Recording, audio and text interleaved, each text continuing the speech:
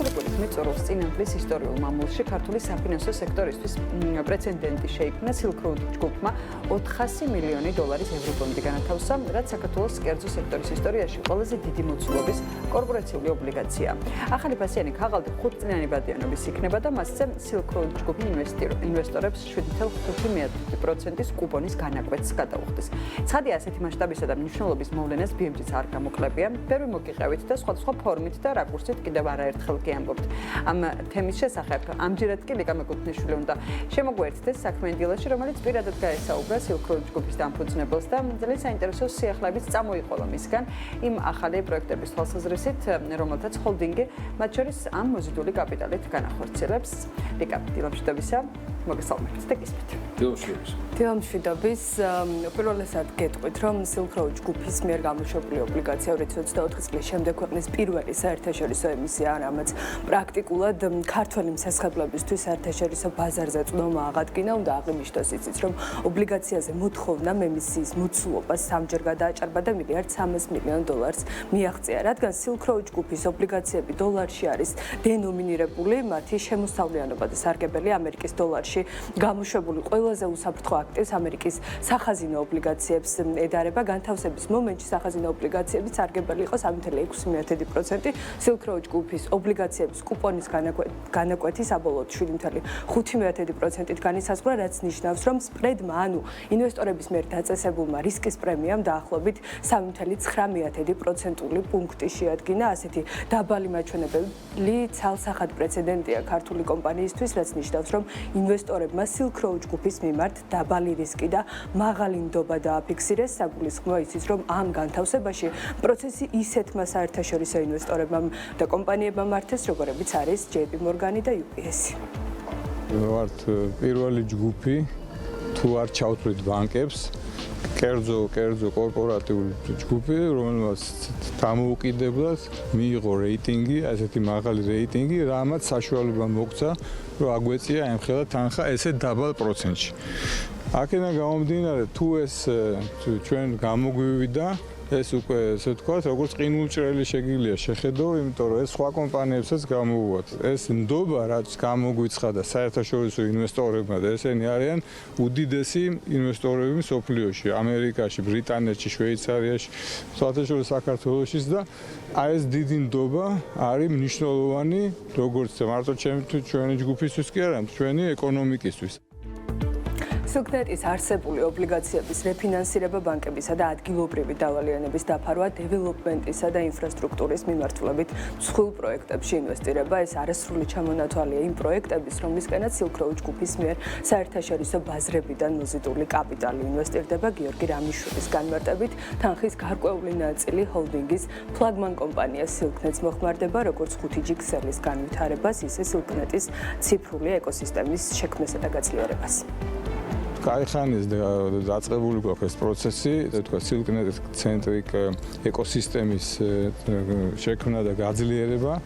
ამაში ბევრი რამე შედის, მათ შორის ფინტეკი, ჩვენი დიგიტალური ბანკი, Silk Bank-ი, როგორც ფინანსური სერვისები, მაგრამ ბევრი სხვადასხვა პროდუქტი და ამას ჩვენ ვაკეთებთ Orange-თან ერთად, ეს არის გლობალური ბრენდი არის და ჩვენ მოწერილი გვაქვს პარტნიორობის ხელშეკრულება ციფრულში, B2B-ში, B2C-ში და აქ უკვე არიან ჩვენი Orange-დან თანამშრომლები, ჩვენ დავაარსეთ კომპანია Silk Cloud-ი და იმისათვის რომ ჩვენ ეს სერვისები განვახორციელოთ და უკვე ჩვენ მალე ამას დავიწყებთ.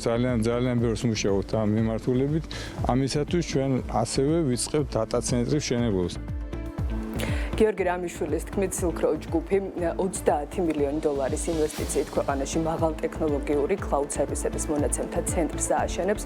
უშუალოდ დატა ცენტრისთვის დაახლოებით 20 მილიონი ამერიკული დოლარი არის გამოყოფილი, ხოლო სახელმწიფო ფონდი და უცხოელი სპეციალისტების მომსახურების ჩათვლით $30 მილიონ-მდე იქნება საჭირო. ბიზნესმენის განმარტებით, ეს იქნება ქვეყანაში პირველი AAA+ კატეგორიის დატა ცენტრი, რომელიც კომპანიის უმსხვილეს კლიენტებს ასევერო მომსახურებას გაუწევს.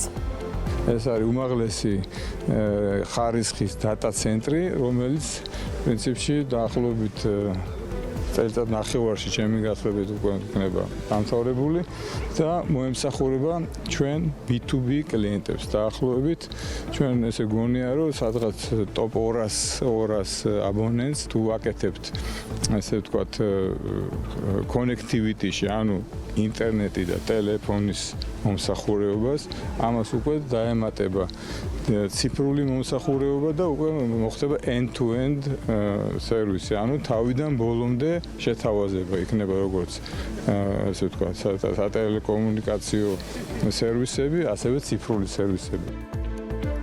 რაც შეეხება უშუალოდ Silk-Road Estate-ის მიმართულებას და ამ მხრივ დაგეგმილ პროექტებს, გიორგი რამიშვილის თქმით, მოზიდული კაპიტალის ნაწილი მოხმარდება როგორც რესპუბლიკის მოედანზე დაგეგმილ პროექტებს, ისე ბათუმში Silk Towers-ის მშენებლობას და აგრეთვე წინანდლის მამულის განვითარებას. ამ უკანასკნელის შემთხვევაში საუბარია ასევე ტერიტორიის გენერალური გეგმის შექმნაზე, რომელზეც მსოფლიოში ცნობილი არქიტექტორი კენგო კუმა, ასევე მსოფლიო დონის ლანდშაფტის არქიტექტორთან ვლადიმერ ჯუროვიჩთან ერთად მუშაობს. ვარსკვლავ არქიტექტორთან კენგო კუმასთან ეს არის ბათუმის პროექტი, ეს არის ცალკე იქ მუშაობს და ძალიან დიდი პროექტი უკვე დაწყებული გვაქვს ამ პროექტის მშენებლობა.